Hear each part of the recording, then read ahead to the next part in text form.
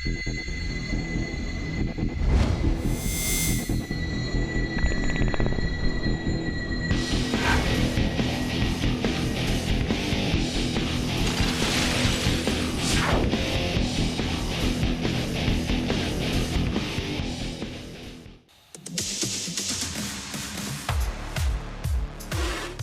안전과 평화를 과학으로 해결한다. 여기는 생존탐구 프로젝트 신박한 벙커입니다. 안녕하세요.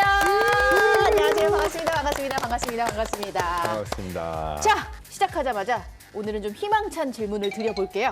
우리 벙커 크루들은 코로나19가 끝나면 가장 가고 싶은 여행지가 어디인가요? 저는 무조건 바다. 무조건 바다. 바다? 몰디브 한번 가보고 싶어요. 아, 몰디브. 너무 좋죠. 사실 결혼할 때 아내한테 약속했거든요. 결혼 10년 차가 되면 네. 그 몰디브 좋은 리조트 한번 가자 이랬는데 몰디브 저도 가고 싶어요. 내년이 결혼 10년이더라고요. 그래서 열심히 준비해야 될 것 같아요. 내년에는 좀 시국이 나아져서 꼭 갈 수 네. 있었으면 좋겠네요. 우리 강 기자님은요? 저는 우리 아이가 파리 타령을 해요. 파리? 에펠탑을 한번 보고 싶다는 거예요. 근데 저는 거기보다는 그 프랑스 남부에 니스 있는 해변가. 너무 좋아요. 너무 좋아 보이잖아요. 그래서 이제 에펠탑 찍고 그 니스 해변에서 이렇게 가족들이랑 보낼 수 있는 기회가 온다면. 우리 용주 씨는 어디 가고 싶어요? 저는 태국 푸켓 다시 한번 가고 싶어요. 저도 푸켓 너무 좋았어요. 제가 거기에서 스쿠버 다이빙 하다가 바다 거북이한테 엉덩이 물렸거든요. 진짜? 네, 그래서 그 거북이는 무슨 죄야? 그때 나 되게 거북이 미웠는데 물었는데 하필 다시 만나고 싶어요. 다시 만나고 싶어요. 네, 그러게. 근데 오늘 왜 갑자기 또 여행 얘기 시작하는 거예요, 막? 왜겠습니까? 네? 아마 이쯤 되면 우리 시청자분들은 다들 눈치채셨을 겁니다. 오늘의 주제와 관련이 있겠죠? 자, 함께 알아보도록 하겠습니다.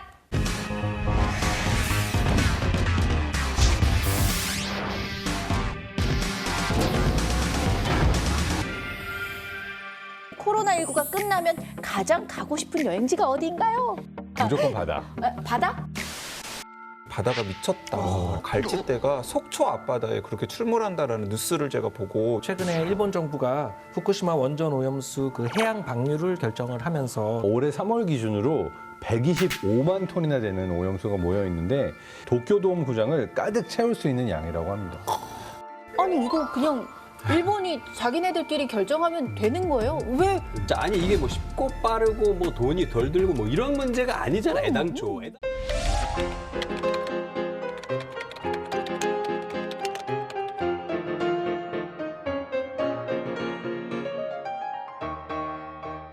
네, 오늘의 주제는 바로 바다입니다. 저희가 이번 회차에 바다를 다루는 특별한 이유가 또 있죠.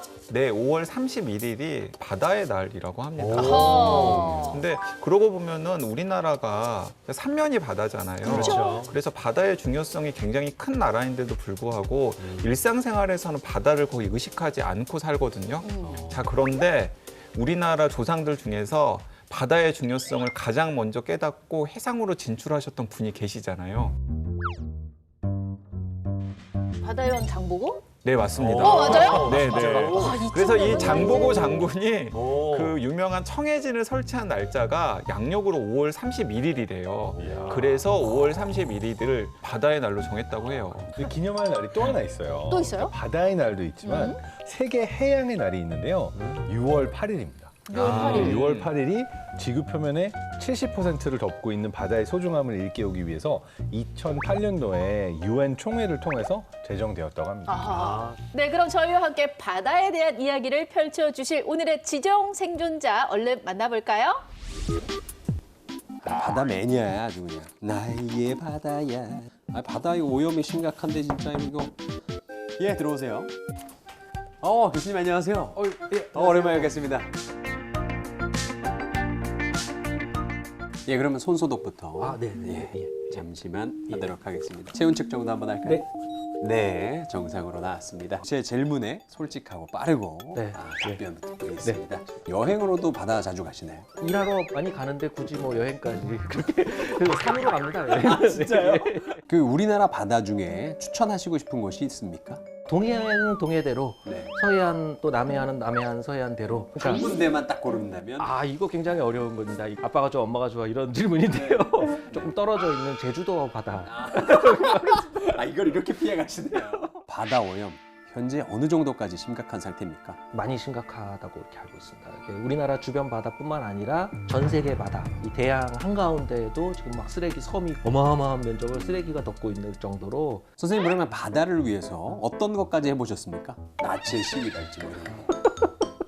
아, 제가 뭐 그 정도까지는 못할 것 같습니다. 이거 깊이 반성해야 되는.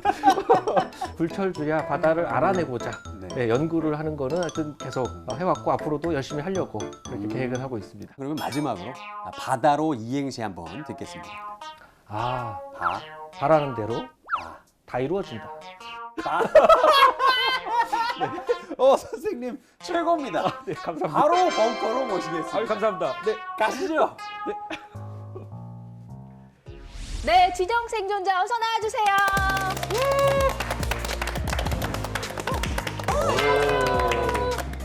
반갑습니다. 오늘의 지정 생존자 서울대학교 지구환경과학부 남성현입니다. 네, 뭐 벙커에서 그 은밀하게 네. 네, 과학 이야기를 나누는 모임이 있다고 들었는데 오늘은 뭐 바다 이야기를 하신다 그래가지고 네. 뭐 찾아와 봤습니다. 잘 부탁드립니다. 네, 저희가 감사합니다. 진짜 바다에 대해서 알고 싶은 게 너무 많거든요. 교수님, 바다가 지구의 70%를 차지한다는 거는 뭐 저희가 익히 들어서 알고 있는데 사실 이 수치가 굉장히 막연하게 와닿거든요. 네, 우리 지구의 표면이 3분의 2 이상이 바다로 덮여 있으니까 이제 그런 이야기들도 많이 하시는데요. 네. 사실은 이 면적만 넓은 게 아니고 깊이가 네, 수심이 네, 평균 수심이 3,700m 이상이 되고 그러니까 이제 육상의 평균 해발 고도가 743m인데 그거보다 5배나 더 깊은 거죠. 와. 이 안에 부피가 어마어마하게 크잖아요. 그러니까 우리가 그 5대양 6대주라는 말을 하는데 5대양 중에 그 하나인 태평양만 해도 전 세계 모든 육지를 다 깎아서 담아도 메꿔지지가 않는 그렇게 우와. 넓은 깊은 그런 바다예요. 태평양이 생각보다 훨씬 넓은 거죠. 아유, 신비할 수밖에 없겠어요. 네, 맞습니다. 그래서 이 바다에서 바닷물이 가만히 있는 게 아니고 순환을 하는데 예. 이게 움직이면서 그러니까 이제 한쪽에서 대기를 데우고 한쪽에선 대기를 식히고 이러면서 지구의 기후를 막 조절을 하는 거죠. 근데 방금- 바다 규모 설명을 좀 해주셨잖아요. 근데 저는 좀 상식적으로 바다의 규모와 이런 그 이상 기후의 그 연관성 이런 것들이 어떻게 정확하게 연결이 되는지 좀 자세하게 알려주십시오. 예, 그 더 자세하게요. 좀 자세하게 말씀드릴 것 같아요. 저희는 조금 더 깊이 네. 이렇게 네. 좀 그리고 저희는 나머지 공부도 해야 되고 심화 학습을 해야 됩니다. 그러니까 이제 우리가 바다의 해안가에서 보는 바다나 해수욕장에서 보는 바다가 다가 아니고 네. 이 바다 속에 물만 있는 게 아니잖아요. 그쵸. 거기 또 생물들이 있는데 그 생물 중에서도 특히 플랑크톤, 네. 플랑크톤 중에서도 이 식물성 플랑크톤, 얘네들은 광합성을 하거든요. 네. 네, 광합성을 한다는 얘기는 이산화탄소를 흡수하고 산소를 공급해 주는 거잖아요. 그러니까 우리가 흔히 아마존의 열대우림을 뭐 지구의 허파다 이렇게 네. 말을 하는데 네. 그러니까 아마존 열대우림보다도 더 많은 산소를 공급하고 있는 곳이 바다거든요. 우리가 지금 숨쉬는 이 산소의 절반 이상이 다 바다에서 오는 거죠. 이 진정한 지구의 허파는 사실은 바다인 거죠. 바다다. 예. 와, 네. 시작부터 바다에 대한 고마움이 마구마구 생겨나는 것 같습니다. 자, 그럼 지정 생존자 남성현 교수님과 함께 지금부터 키워드 토크 시작해 볼게요. 외부에서 메시지가 도착했습니다. 이번 키워드는 갈치입니다.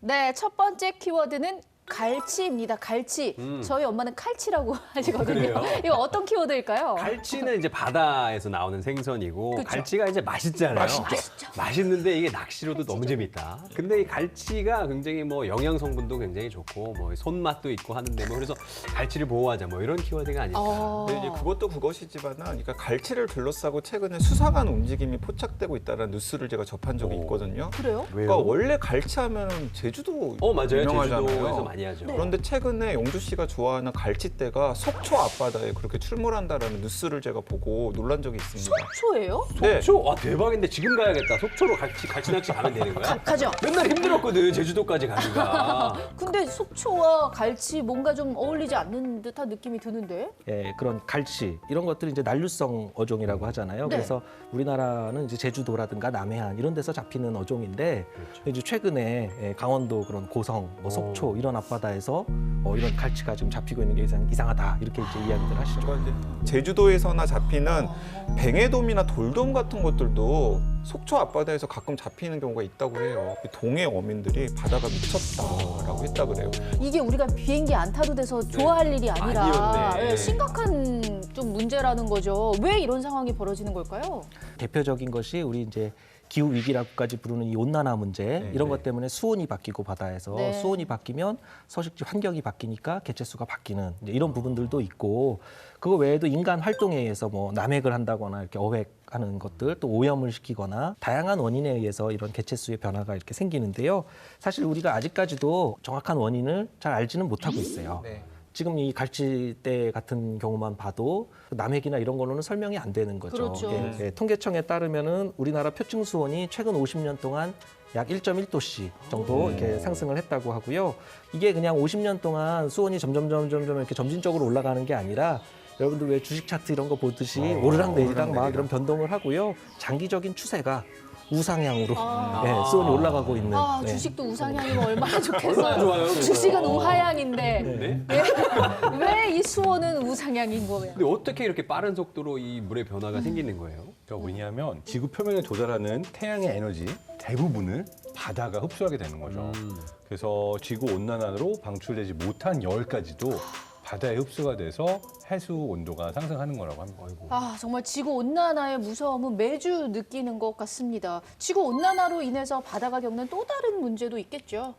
예, 수온이 올라가다 보면 바닷물은 이 열팽창을 하기 때문에 부피가 이렇게 증가합니다. 아하. 부피가 더 증가하다 보면 해저 속으로 이게 내려갈 건 아니니까 해수면이 올라가거든요.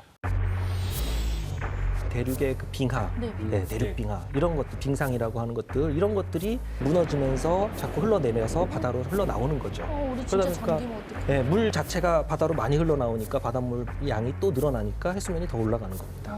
이게 무서운 또 얘기다. 악순환이라고 그래요. 왜냐하면 빙하가 원래는 빛을 반사시켜 줘가지고 열이 흡수되지 않고 반사되게 하는 걸 막아주는데 녹아버리면은 그 양도 줄어드니까 또 더 많이 해수면이 상승하고 무서워지는 일이라고 예, 하네요. 맞습니다. 그리고 이게 뭐 전 세계적으로도 문제지만 뭐 우리나라가 여기 해수면 상승 문제에서 자유롭냐? 그럼 그렇지 않죠. 네. 우리 한반도 연안에서도 최근 30년 동안 연간 3mm 정도의 비율로 계속해서 해수면이 30년 동안 쭉 상승하고 있습니다. 그리고 어디까지 이게 해수면이 상승할 거라고 보세요? 그러니까 지금처럼 만약에 우리 온실가스 배출을 줄이지 않고 네. 앞으로 쭉 가면은 30년 정도 지나면 전 세계에서 해수면 상승으로 집을 잃게 되는 사람이 1억 5천만 명 정도 되는 걸로 추산을 하고 있고 겨우 30년 후에요? 30년 후에. 어머. 예.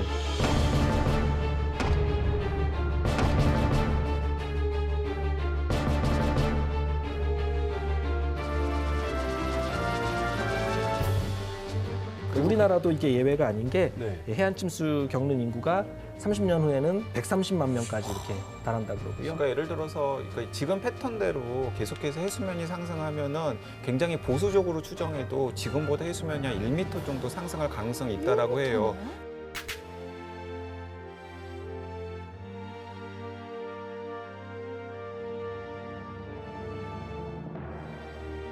큰일 났다. 아니 가뜩이나 이게 땅이 좁은데 우리나라. 더 좁아져요, 그럼? 이게 더 좁아진다고? 안 거기에 또 환경적으로 생각하면은 더 큰 문제가 있습니다. 혹시 블루카본이라고 들어보셨습니까? 아니요. 인생 처음 듣어요. 네. 블루는 이제 바다를 뜻하는 의미고 카본은 탄소인데요. 바다 생태계에 흡수되는 온실가스 그런 걸 예. 말하는데요. 대표적인 게 갯벌입니다. 그래서 갯벌은 그 자체적으로나 그 갯벌에 서식하는 작은 그 미세 조류들 이들이 이제 광합성을 할 때 흡수해 줄 수 있는 이산화탄소 이런 양들이 상당하거든요. 육지 숲보다도 한 50배 정도 빠른 속도로 이 온실가스를 저장해 줄 수 있다고 합니다. 갯벌 최고네. 그런데 이제 평균 해수면이 이렇게 상승하다 보면 이 갯벌도 면적이 줄어들 위협이 있는 거죠. 그렇죠. 예. 그래서 2100년에 면적이 감소하게 될 갯벌 수가 64곳이라고 합니다. 그럼 우리나라에서 특히 취약한 갯벌 지역이 있나요? 그러면 해수면 상승으로 바로 영향을 받게 되는? 예, 뭐 강화도 일대라든가 뭐 태안, 남해, 거제 등등 이런 넓은 그런 갯벌들은 그 네. 평탄한 지형이라서 똑같은 해수면 상승이 있어도 더 많은 면적이 더 이렇게 안 잠기니까 아, 안 됩니다. 제가 강화도 출신이거든요. 오, 그랬어요? 아, 강화도 가가지고 거기서 해루질 많이 하고 엄마 온실가스 아빠랑. 배출을 자제하세요. 온실가스를 흡수하는 갯벌이 온실가스 때문에 이 면적이 좁아지고 있다. 그러니까요. 정말 그야말로 악순환의 반복이라고 할 수 있을 것 같습니다. 갯벌뿐만 아니라 바다 자체에도 영향이 가겠죠. 네, 역시 과학 요정. 네, 진짜 그 사이다나 혹은 탄산수 먹잖아요. 예. 네. 물에 이산화탄소가 녹아 있는 걸 탄산수라고 그러거든요. 예. 자, 그런데 이산화탄소가 많이 대기 중에 생기면은 바다가 대기 중에 비정상적으로 높아진 이산화탄소 농도를 낮추기 위해서 녹여냅니다. 바다가 어떤 물의 상태가 될까요? 탄산수가 되는 거예요. 그게 탄산수. 나빠요, 근데? 근데 탄산수가 되면은 산성을 띠게 되거든요. 아, 그러니까 바다에 사는 생물들 같은 경우에는 아. 뭔가 문제가 생길 가능성이 그렇겠네요. 커지는 거죠. 그러니까 이게 어느 정도냐면은 사이다나 탄산수에 이빨 같은 거 넣잖아요. 하룻밤 놓으면은 녹는 영상 이런 것도 있어요. 진짜? 그러니까 이게 우리는 못 느끼지만 정말 많은 피해를 끼칠 수 있어요. 바다 생물들이 숨 쉬고 살아가기가 힘들겠네요, 진짜. 예, 혹시 그 죽음의 바다라고 들어보셨습니까? 죽음의 바다요. 죽음의 바다. 예, 이게 죽음의 바다, 데드존이라고 하는데 이거는 이제 바닷속에 그 수중 용존산소 농도가 낮아져가지고 생물들이 호흡을 못하고 질식해서 죽게 되는 이제 그런 바다를 데드존, 죽음의 바다 이제 이렇게 부르는데요. 데드존이 1950년 이후에 4배 정도 늘어났다고 하고요. 예, 50개 이하였던 그 연안 데드존이 최근에는 500곳 이상으로 이렇게 급증했다는 연구 결과가 지금 발표되고 있습니다. 와. 교수님, 우리나라 네. 주변에도 그런 네. 데드존이 있죠. 예, 맞습니다. 그래서 우리나라도요? 예, 데드존은 사실 전 세계 여러 바다에 분포를 다 하고 있는데 우리나라에도 그 특히 남해안 일대에 집중돼서 예, 데드존들이 분포를 하고 있습니다. 그래요? 진짜요? 몰랐던 사실이에요. 네, 근데 그러니까 왜 이런 대대존들이 생겼고 이유가 뭔지 좀 말씀 좀 해주세요. 연안 같은 경우에는 이제 이런 기후 변화 문제 그 간접적인 그런 영향뿐만 아니라 직접적으로 인간들이 활동하면서 하수라든가 이런 비료 이런 것들을 해서 이제 배출한 것이 강을 타고 바다로 흘러가잖아요. 또 인간이죠. 그러니까요. 네, 인간 때문에 또 이렇게까지 된 건데. 결국에는 그 피해를 또 인간이 입게 될 텐데요. 맞아요. 일단은 네, 바다한테 미안합니다. 아, 바다씨. 미안합니다. 예, 미안합니다. 고통받는 바다를 위해서 당장 우리가 좀 할 수 있는 것을 좀 생각을 해봐야 될 것 같은데 요즘에 제 주변에서 플라스틱 빨대 안 쓰기 운동하시는 분들도 참 많거든요. 이것도 괜찮은 방법인 것 같은데 어떤가요? 플라스틱 빨대 안 쓰기 운동은 진짜 칭찬해드리고 싶긴 한데요. 사실 정확히 따져보면 플라스틱 빨대가 바다 오염의 주 원인은 아니에요. 예, 최근 그 바다 오염 실태를 고발한 한 그 다큐멘터리가 있어서 화제가 됐었는데요. 그 다큐멘터리에 따르면은 바다 쓰레기 중에서 이 플라스틱 빨대가 차지하는 비중은 0.03%밖에 안 된다고 이렇게 이야기를 합니다. 그렇게 많은 빨대가 0.03%밖에 안 되면 나머지는 뭐야? 그 다큐멘터리에서는 이제 쓰레기의 바다 쓰레기 중에서 46%가 다 어업으로 인한 이런 그물 같은 이런 것들. 그물은 걷어들이잖아요, 다. 예, 근데 우리가 이제 조업하고 낚시하고 다 버리는 잘라서 버리는 이런 폐그물들 이런 것들이 많은데요, 바닷속에.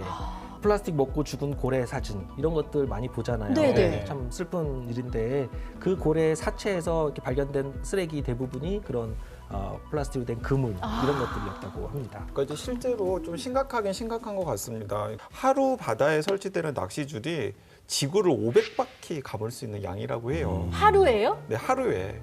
500바퀴요. 네, 그러니까 이렇게 많은 양이 이제 전 세계 바다에 매일매일 설치가 되고 있는데 네. 그게 다 제대로 수거가 안 되고 있단 말이죠. 그렇게 폐그물의 양이 많았어요. 보수적으로 봐도 한 10% 정도는 이렇게 차지하는 걸로 그렇게 추산이 되고 있고요. 뭐 굳이 비율로 따지지 않더라도 조업에 관련된 장비들 이런 것들 버려지는 게 연간 뭐 50만 톤에서 100만 톤까지 이렇게 된다고 합니다. 우와. 미쳤다. 일단은 우리부터 잘해야 되는 게 아, 맞습니다. 제가 최근에 그 뭘 봤는데 아귀 있잖아요, 아귀. 네. 그 물고기 아귀찜. 아귀. 네. 그 아귀의 배를 이렇게 갈랐더니 거기에서 플라스틱 그 병 있잖아요. 그게 그대로 나왔어요, 이렇게. 네. 뿅 하고.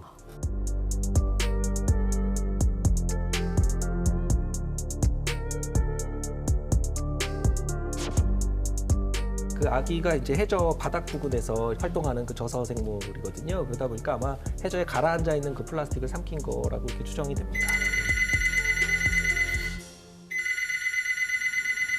외부에서 접선 신호가 도착했습니다. 네, 외부에서 접선 신호가 왔습니다. 한번 받아보도록 하겠습니다. 여보세요? 네, 안녕하세요. 저는 제주도에서 쓰레기를 줍고 있는 김민정이라고 합니다. 와, 제주도요? 제주도에서 쓰레기를 줍는 김민정 씨라고요? 해녀예요, 그러면? 반갑습니다. 네네. 해녀는 아니고요. 네. 어떻게 바다에서 쓰레기를 줍는 일을 하시게 되신 거예요? 주변에 친구가 먼저 쓰레기 줍는 친구를 보고 저도 한번 해보고 싶다 해서 한두 번 이렇게 해봤다가 이렇게 한 달 하고 2달 하고 계속해서 아예 그 구성원으로 매일 쓰레기를 주고 있습니다. 그러면 그 구성원들은 다 친구분들이신 거예요? 아니요. 제주도에 와서 다 서로 이제 알게 되어서 굉장히 네. 훌륭한 일을 하고 계시네요, 정말. 저도 이제 참여를 네. 언젠가 해보고 싶은데 보통 활동 시간은 언제예요? 제가 활동하고 있는 그 쓰레기 단체는 매일 아침 8시에 죽고 있어요. 비를 오는 날을 제외하고. 그래서 오늘 아침 8시. 진짜 오랜만에 오늘 늦잠을 자는 그런 날이었습니다. 죄송한데 제가 활동하는 쓰레기 단체라고 하니까 그러니까 약간 인간 같잖아. 쓰레기를 줍는 단체예요. 그런 네. 쓰레기 단체라면 우리 용주 씨 제가 적극 추천하거든요. 네, 제가 쓰레기거든요. 아닙니다. 쓰레기를 줍는 단체. 네. 어떤 종류의 쓰레기가 제일 많이 나와요? 사실 지금 거의 50% 이상 정말 많은 할당량이 거의 어선에서 버려진 그런 것들이 가장 많이 나오고 있거든요. 막 밧줄이나 부표 이런 것들이 굉장히 많이 나오고 플라스틱 그 병뚜껑 같은 게 엄청 많이 나오고 중국에서 넘어오는 것도 엄청 많이 나와요. 작업 환경이 좋을 것 같지는 않은데 애로사항은 네네. 없으세요? 그 페트 안에 그 이제 오줌이 많이 되게 많아요. 그래서 그 이제 저희가 이제 내용물을 버려서 이제 플라스틱을 버리는데 그 내용물을 버리는 게 가장 좀 곤욕스러운 것 같아요. 우와, 마지막 걸 레전드다. 페트병을 그냥 다 버리는 그냥 게 버리는 아니라 것도 아니고 오물과 거기다가 함께 이렇게. 굳이 채워서. 네. 네. 기억에 남는 에피소드들도 있을 것 같은데 쓰레기를 줍다가 뭐 어떤 생긴 에피소드 같은 게 있나요? 저희가 이제 쓰레기를 매일 줍고 있으면은 이제 지나가시는 어른분들이 어디서 나왔냐라고 많이 물어보세요. 그래서 저희가 모여서 쓰레기 줍는 거다, 뭐 없이 그냥 줍는 거다 이렇게 말씀드리면 되게 고맙다라고 말씀을 많이 해주시고 또 이제 앞에 펜션 사장님은 그 앞에 치워주신다고 이제 커피를 끝나고 마실 수 있게 준비를 해주셨던 적이 있어서 그때 굉장히 좀 뿌듯했습니다. 저도 이제 가입을 하고 싶은데 어떻게 해야 되는지 좀 알려주세요. 제주도에 이제 해양 쓰레기를 줍는 단체들이 좀 많이 있기 때문에 인스타그램으로 이제 조금만 찾아보시면 바로 활동을 같이 할 수 있거든요. 언제든지 연락 주세요. 네. 우리 김민정 씨 마지막으로 하고 싶은 말씀이 또 있으실까요? 저도 원래 환경 이런 거에 관심이 완전 없었고 좀 무지했던 사람이었었는데 이제 우연히 쓰레기를 주우면서 정말 쓰레기가 많구나, 이 심각하구나를 좀 몸소 체험을 하게 되었거든요. 그래서 여러분들도 정말 뭐 어렵게 생각하지 말고 내 집 앞에 있는 쓰레기를 먼저 줍는다든지 뭐 등산 가는 길에 걷는 길에 줍는다든지 가까운 곳에서 먼저 시작하셨으면 좋겠습니다. 정말 좋은 말씀입니다. 각자의 가까운 곳에서부터 시작할 수 있다는 말씀 잘 들었습니다. 오늘 정말 좋은 말씀 감사합니다. 지금 화이팅! 화이팅! 화이팅! 감사합니다. 가자! 쓰레기 주우러 오세요. 놀러 갈게요. 네. 같이 쓰레기 줘요.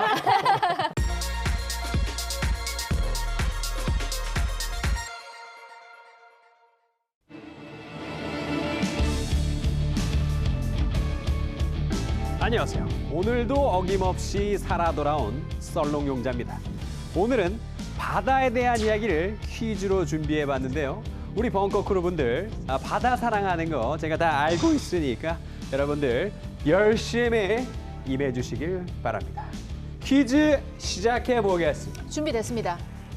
정답. 오늘의 퀴즈 뭘 벌써 플랑크톤. 정답이야. 뭘 플랑크톤이야. 자, 첫 번째 문제 가겠습니다. 이 음식 때문에 해양 생태계가 위협을 받고 있다고 합니다. 이 음식은 흔히 요리의 이름으로 많이 알려져 있지만 명확히 말하자면 재료입니다. 이것 자체가 뭐 그렇게 특별한 맛은 또 아니다라고 하는데 정답. 샥스핀? 정답입니다. 분위기 어쩔? 죄송해요. 정말 제가 어떡합니까? 이 지식을. 먹는 얘기는 다 맞춰요. 이 속에 지식의 바다가 있어요. 아니 이거 대본 유출된 거 아니에요? 아니요, 진짜 아니에요. 아니 근데 여기에 대본에 뭐라고 써 있냐면 너무 못 맞추면 힌트를 줘라라고 써 있어요. 여러분, 지식의 바다가 이 안에 있다고요? 개드존 아니야? 자꾸 해수면이 높아지고. 지금 요리 얘기로 시작을 해서 그래요. 아, 우리가 맞아. 보통 먹는 얘기로 이렇게 딱 가면은 바로 답이 나오더라고요. 그게 상어 지느러미죠? 예, 그렇죠. 예, 예. 샥스핀. 예, 이 정답은 샥스핀이었는데요. 중국에서 고급 요리로 이제 뭐 알려져 있습니다만은 이게 뭐 아시다시피 상어 지느러미입니다. 그래서 상어 어떡해. 과시와 허용 때문에 많이 즐긴다고 하는데 싹스핀과 해양 생태계 파괴 어떤 연관이 있는지 교수님 설명 부탁드립니다. 문제는 그 상어를 잡는 방법입니다. 예, 우리 상어 포획 과정은 아주 잔인한 걸로 유명한데요. 예, 이제 해상에서 이 상어를 잡아서 올리면은 지느러미만 탁 자르고 바다에 던져버립니다. 그러면은 이제 지느러미가 잘린 채로 바다에 던져진 이 상어는 헤엄을 못 치고 그 안에서 서서히 죽어가죠. 이런 식으로 죽어가는 상어가 매년 1억 마리에 달합니다. 이런 말이요? 이 상어는 이제 바닷속에서 이 최상위 포식자이기 때문에 이제 상어 개체수가 막 줄어들게 되면은 그 차상위 포식자가 또 늘어나고 바다 생태계가 자꾸 교란이 되니까 예, 그러면서 바다 생태계가 위협을 받게 되는 거죠. 너무 잔인해요. 저는 먹어본 적 없는데 앞으로도 안 먹겠습니다. 네. 상어야 미안해. 자, 다음 퀴즈 가보도록 하겠습니다. 요즘 각광받는 이 건강기능식품 때문에 아, 정답! 또 왜요? 맞히겠다. 크릴오일. 아, 죄송해요. 아니, 여러분 제가 여러분 지금 죄송합니다. 저기에서 비명 소리 들었어요? 저 제작진분들 죄송하고 시청자 여러분 죄송합니다. 제가 정보 프로그램 MC를 한 2년 하다 보니까 봐봐요. 또 먹는 거잖아요. 이게 약간 요리, 건강기능식품 이럴 때마다 맞출 줄 알았어. 죄송합니다. 문제 끝까지 한번 읽어봐도 되죠. 네, 요즘 각광받는 이 건강기능식품 때문에 펭귄이 멸종할 수도 있다고 합니다. 무엇 때문일까요? 크릴오일. 예, 맞습니다. 크릴오일 인기가 엄청 치솟았잖아요. 근데 이게 펭귄의 멸종까지도 이어질 수 있다라고 하니까 어떻게 된 일인지 설명 좀 제가 볼 부탁드리겠습니다. 때는 썰렁용자의 멸종을 부를 수도 있어요. 아, 진짜 너무 무섭다. 이게 크릴이라 그러면은 보통 이제 큰 거는 한 요 정도 새끼 손가락만한 예, 그런 건데 모양이 이렇게 새우처럼 생겨가지고 크릴 새우라고도 이제 부르는 건데요. 근데 사실은 이게 플랑크톤으로 분류가 됩니다. 네. 예, 그래서 이 크릴도 이 남극 먹이사슬에서 아주 중요한 그런 생물입니다. 네. 이 크릴을 먹는 또 생물들을 잡아먹고 이런 식으로 먹이사슬이 먹이사슬. 생태계가 유지되는 거니까 크릴이 사라지게 되면은 관련돼 있는 모든 해양 생물들이 다 위협을 받게 되는 거죠. 지금 크릴이 문제가 아닌 것 같아요. 네. 용주 씨 미안해요. 아직은 이건 못 맞추겠지. 마지막 문제가 남아 있습니다. 저 근데 요거는- 진짜로 알면 맞힐 겁니다. 이거. 오늘 보내버릴 생각이군요. 오늘로서 이 코너 끝내려고요. 자, 갑니다. 주로 카리브해 연안에 서식하는 작은 보호탑 해파리는 아주 놀라운 특징을 가지고 있다고 합니다. 어떤 특징일까요? 정답. 예, 말을 해요. 무슨 소리야? 해파리가 어떻게 말을 해? 빛이 나요. 이게 어떻게 본다면 인간의 그 내재되어 있는 그 욕망과 굉장히 좀 관련이 있다. 욕망? 예. 돈 나오는 주머니. 아, 정답. 죄송해요. 투명해진다. 땡. 땡. 틀렸습니다. 정답. 무한 생식이 가능하다. 아쉽습니다. 자기 복제. 자기 복제. 죽지 않는다. 정답! 아쉽네. 그럼 평생 살아요? 네, 정답은 무한한 수명입니다. 진짜요? 이 친구는 평생 살 수 있대요. 한 번 태어나면? 네. 뭐 저도 소식 들었는데 해파리 중에 영생 불멸의 종이 있다. 뭐 이런 얘기가 있습니다. 예, 보통 해파리들은 이제 번식이 끝나면은 자연 노화 때문에 이제 죽게 되고 평균 수명 한 1년 정도 된다고 하는데요. 근데 이 불멸의 해파리는 먹이가 부족하거나 이제 스트레스를 받게 되면은 촉수하고 바깥쪽 세포들이 몸 안쪽으로 이렇게 흡수가 되면서 이게 다시 세포 덩어리로 돌아가고 그 미성숙 상태인 플립 상태로 된다고 합니다. 우와. 그 사람으로 치면 나이를 거꾸로 먹어서 다시 태아가 된다는 건데요. 와. 그러다가 다시 여건이 되면 또 자라고요. 예, 그럼 이제 다시 성장을 하다가 다시 태아로 돌아갔다가 우와. 이거를 이제 무한 반복을 하다 대박이다. 보니까 영생 불사한다. 이제 와. 그러는 것이죠. 그럼 아니 이 해파리를 잘 연구하면 우리도 우리는 정자와 난자로 이렇게 아니 이거 우리는 배아로 이렇게 됐다가 배야 됐다가 거기서 이제 점점 더. 커지는 뭐 이런 게 되겠죠. 자, 얘는 뼈가 없잖아요. 인간은 아, 불가능하죠. 한 번 자라면. 비슷한 거 중에서 이제 해삼 있잖아요. 해삼. 예, 해삼도 수명을 측정할 수 없는 생물이라고 이렇게 하는데요. 근데 해삼은 마음대로 몸집을 이렇게 늘렸다가 줄였다가 심지어 이렇게 잘려나가도 다시 재생이 하고 그러니까 미스테리하잖아요. 오. 예. 뭐 저는 해양 물리를 연구하지만 해양 생물 연구하시는 분들 중에는 인류 노화의 비밀을 그거요, 그거. 예, 이런 것들을 뭐 찾아본다거나 그런 분들이 많이 계십니다. 자, 알겠습니다. 다음 주에 더 재밌는 퀴즈로 함께 찾아뵙겠습니다. 다른 안녕. 뿅. 난이도를 좀 높여주시죠. 그만해.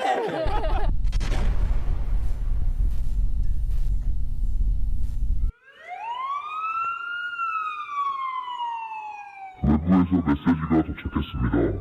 이번 키워드는 우럭입니다. 네, 메시지가 도착했습니다. 이번 키워드는 우럭인데요. 오늘 뭐 갈치부터 시작해서 해산물 특집인가요? 갈치회, 우럭회 둘 다 맛있죠. 아, 맛있죠. 우럭은 무슨 뜻이고 우럭아 왜 우럭? 우럭. 죄송합니다.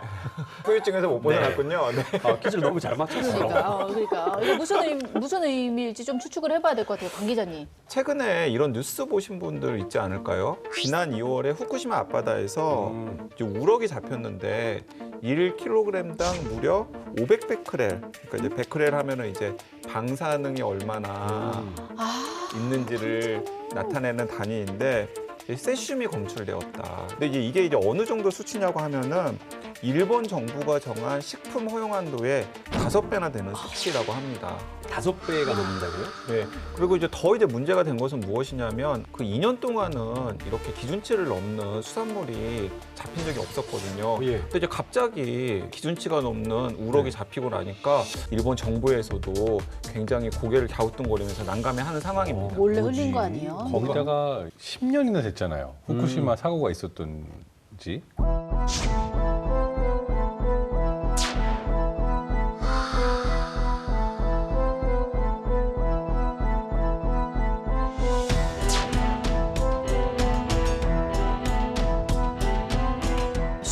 지났는데도 아직도 이 방사능의 공포에서 벗어나지 못했다는 게 참 끔찍한 일인 것 같습니다. 어떤 사진 보니까 미국에서 입이 2개 달린 물고기가 잡혔다. 미국에서? 네. 그래서 후쿠시마에서 발견된 물고기인데 돌연변이처럼 이게 엄청 큰 물고기도 있더라고요. 근데 이게 진짜로 저희가 그냥 농담으로 바다에서 막 이상한 물고기들 잡히는 거 아니야라고 했는데 이게 약간 좀 현실화되고 있다라고 봐도 되는 부분인가요? 일단 뭐 여러 가지 가능성을 좀 열어두고 생각을 해봐야 될 텐데요. 사진이 조작됐거나 뭐 비정상적으로 이게 크게 나왔거나 그럴 수도 있고 또 단순히 그냥 돌연변이일 수도 있고 또 다른 독성 물질 때문에 그렇게 된 걸 수도 있고요. 사실은 일반적으로 방사능 영향을 받으면 물고기는 오히려 크기가 작아진다고 합니다. 그래요? 그래서 만약에 이게 방사능 탓이라 그러면은 좀 드문 경우라고 봐야 되겠죠. 네. 그러면은 현재 국내로 들어오는 일본산 수산물은 관리가 어떻게 되고 있는 건가요? 뭐 그건 제가 오랫동안 취재를 해왔으니까 말씀을 드리면은요. 일단은 그러니까 사고가 일어난 후쿠시마현 인근의 8개원에서 바다에서 잡힌 5종은 일단 수산물 수입이 금지되어 있습니다. 안 된다. 네, 그거에 대해서는 안심을 하셔도 되고요. 그 외 지역의 수산물 같은 경우에는 일본산 수입 수산물의 한 90% 정도, 그러니까 거의 대부분이 부산항을 통해서 들어오고 있는데요. 일본 현지에서 방사능 검사를 한번 마친 후에 국내로 들어온 수산물들도 부산에서 다시 검사를 한 번 더. 네, 그렇기 때문에 국내 소비자들이 만에 하나 방사능에 오염된 수산물에 노출될 가능성은 사실은 굉장히 낮다라고 생각을 하시면 됩니다. 다행이네요. 실제로 이제 시험 분석센터에 가면 연구원들이 수산물을 얼려서 부순 다음에 분석기에 넣어서 이게 킬로그램당 100베크렐이 넘는지 아닌지를 보거든요. 근데 만약 넘게 되면 바로 일본 업체 측에 반송이나 폐기 조처가 들어간다고 합니다. 네. 근데 그러게요. 문제는 뭐냐면 일본 근처 바다에서 잡았는데 네. 어획한 배가 뭐 일본 배가 아니야. 아. 그럼 이제 일본산이라고 표기가 안 되잖아요. 그러면 그게 문제 아닌가요? 네, 맞습니다. 이게 후쿠시마 근처에도 이제 공해가 있는데요. 그 공해라는 거는 이제 어느 나라 국적의 어선들도 다 와서 잡을 수가 있는 거니까 예. 예, 실제로 어느 바다에서 잡았는지를 다 고려를 해야 되고요. 우리가 국적 불문하고 이제 수입하는 수산물에 대해서는 이 검사, 감시 이런 것들을 계속 철저하게 하는 것이 필요하겠습니다. 맞습니다. 진짜 원전 폭발 사고로 인한 나비 효과가 엄청난 것 같습니다. 근데 또 최근에 새로운 소식이 있었잖아요. 예, 맞습니다. 최근에 일본 정부가 후쿠시마 원전 오염수 그 해양 방류를 결정을 하면서 또 논란이 됐었죠.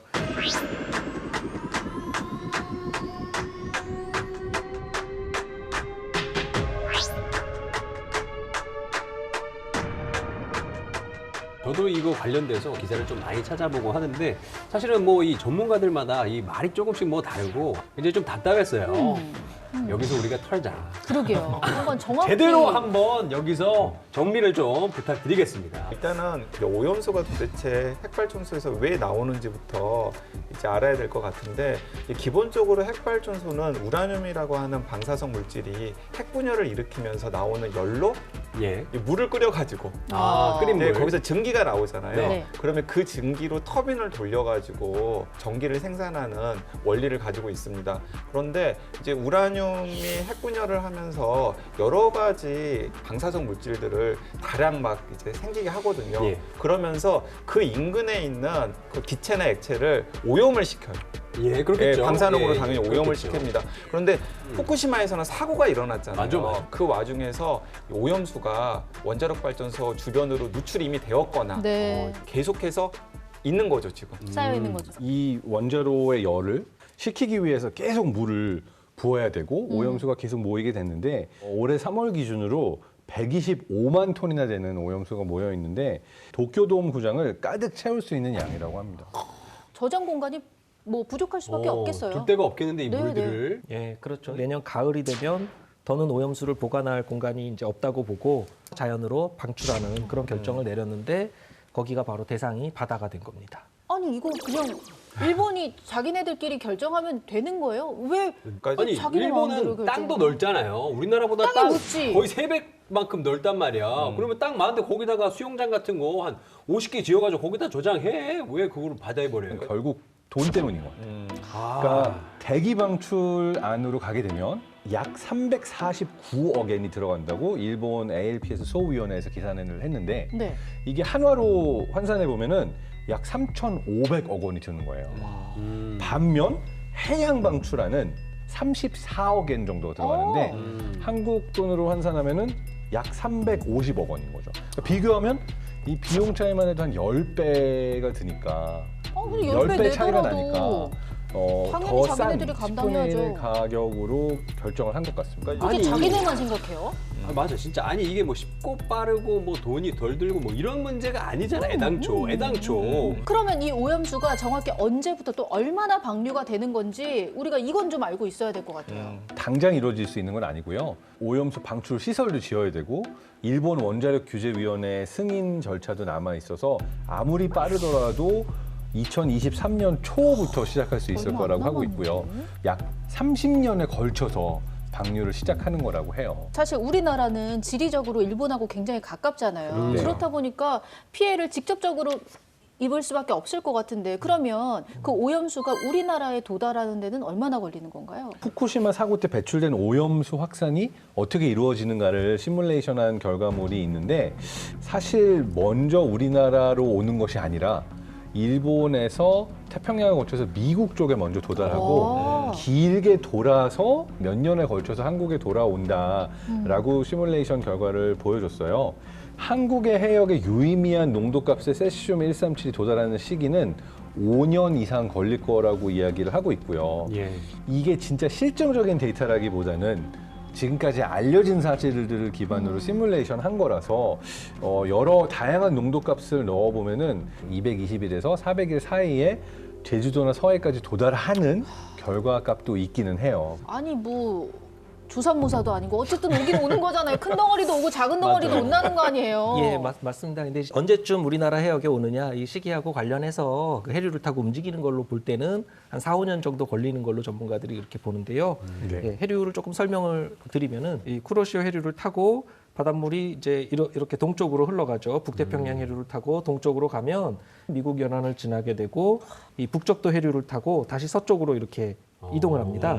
이 필리핀 앞바다에까지 오게 되면 다시 쿠로시오 해류를 만나서 북상하게 되는데 또 일부는 대만한류라는 해류를 통해서 이렇게 대한해협을 가로질러서 동해로도 이렇게 들어오는 이런 순환을 하는 해류 패턴을 보이고 저거 한 바퀴에 이제 4, 5년 정도 걸린다라고 보이는 거죠. 네, 맞습니다. 여기서 이제 포인트는 뭐냐면 그 다량의 방사성 물질이 그냥 처음과 똑같은 형태로 5년 동안 태평양을 한 바퀴 도는 게 아닐 것 아니에요. 그렇죠. 이 한반도 인근 해역으로 그 방사성 물질이 왔을 때는 그 농도가 사실은 굉장히 희석이 되어가지고 적어질 가능성이 크다라는 게 이제 다수의 전문가들의 의견입니다. 사실은 그 농도 수치를 보면 뭐 10에 마이너스 10승, 10제곱, 마이너스 20제곱 뭐 이런 베크렐 단위로 굉장히 낮은 아주 작은 농도예요. 쉽게 이야기를 드리면은 뭐 낚시 좋아하시니까 용주 씨가 이제 낚시를 하러 네. 가셨다가 네. 뭐 그럴 일은 전혀 없으시겠지만 네. 해상 방류를 하셨다 이랬을 많이 때 하셨을 것 같아요.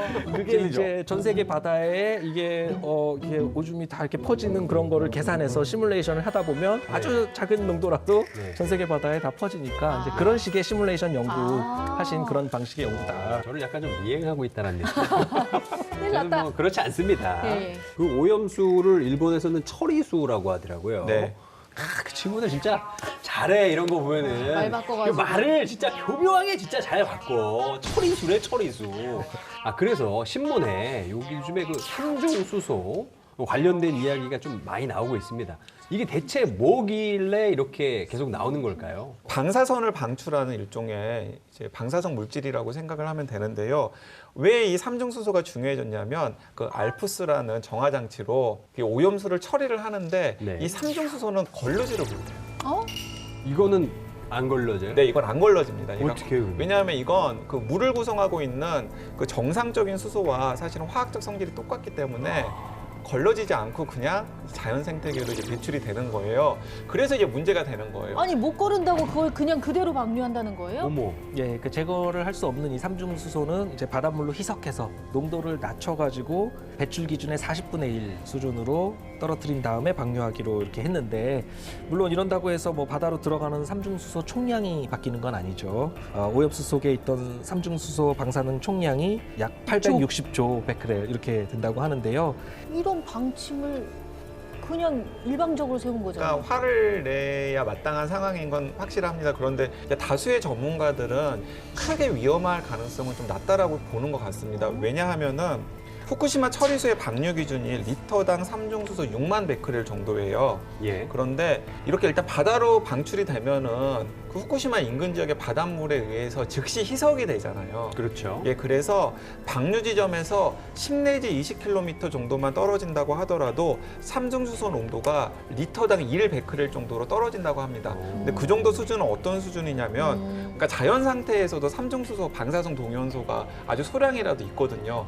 한강물을 떠가지고 거기에 있는 삼중수소를 확인을 해보면은 한 리터당 1 베크렐 정도 수준이라는 거예요. 야, 그래서 도덕적으로 비판을 해야 마땅한 것이긴 하지만은 네. 전문가들은 그렇게 과하게 걱정할 필요는 없다라고 이제 입을 모으고 있는 상황인 것 같습니다. 정말 믿을만 한 거야 이거. 그래도 못 믿겠죠. 아 정말 나 계속 화내고 싶은데. 실제로 삼중수소가 방출하는 베타선도 이 공기 중에서 한 6mm 정도밖에 영향을 못 준다 그래요. 네. 그래서 이 삼중수소 방사선이 피부를 뚫고 들어오는 이런 외부 피폭될 가능성 그런 거는 거의 없다고 봐야 되고요.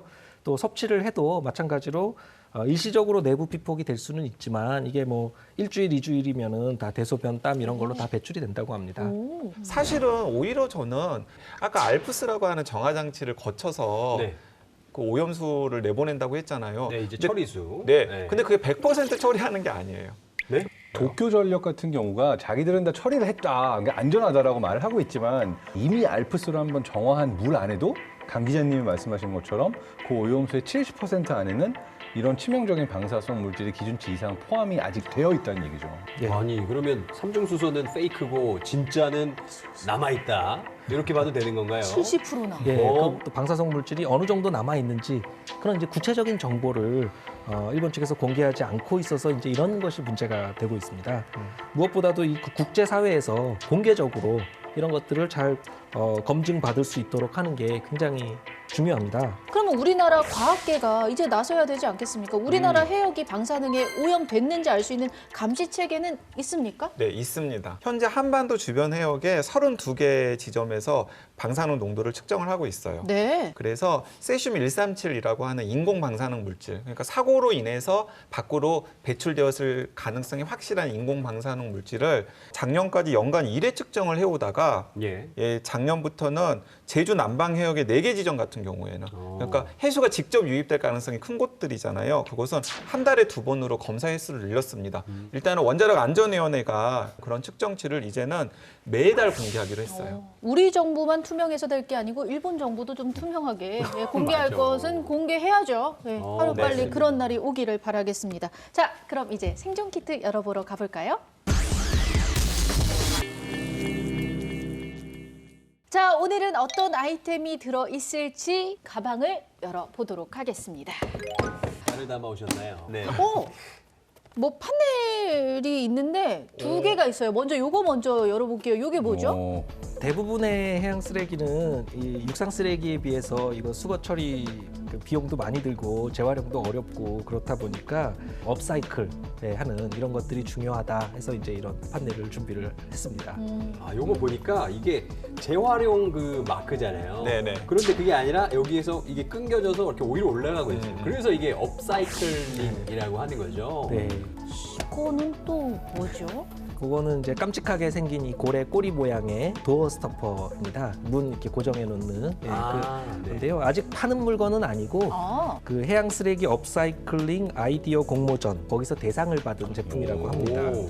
다양한 해양 쓰레기들을 원료로 해서 업사이클링 될 그럴 예정이라고 하는데요. 우리 인식 확산에 좀 도움이 될 아이템 같아서 아직 출시되지도 않았지만 소개를 꼭 드리고 싶었어요. 네. 이런 업사이클 제품 더 많이 만들고 더 많이 사랑받았으면 좋겠습니다. 정말로. 네. 자, 바다 쓰레기도 유용하게 재활용될 수 있음을 알려주신 오늘의 생존 키트 아이템까지 잘 확인해봤습니다.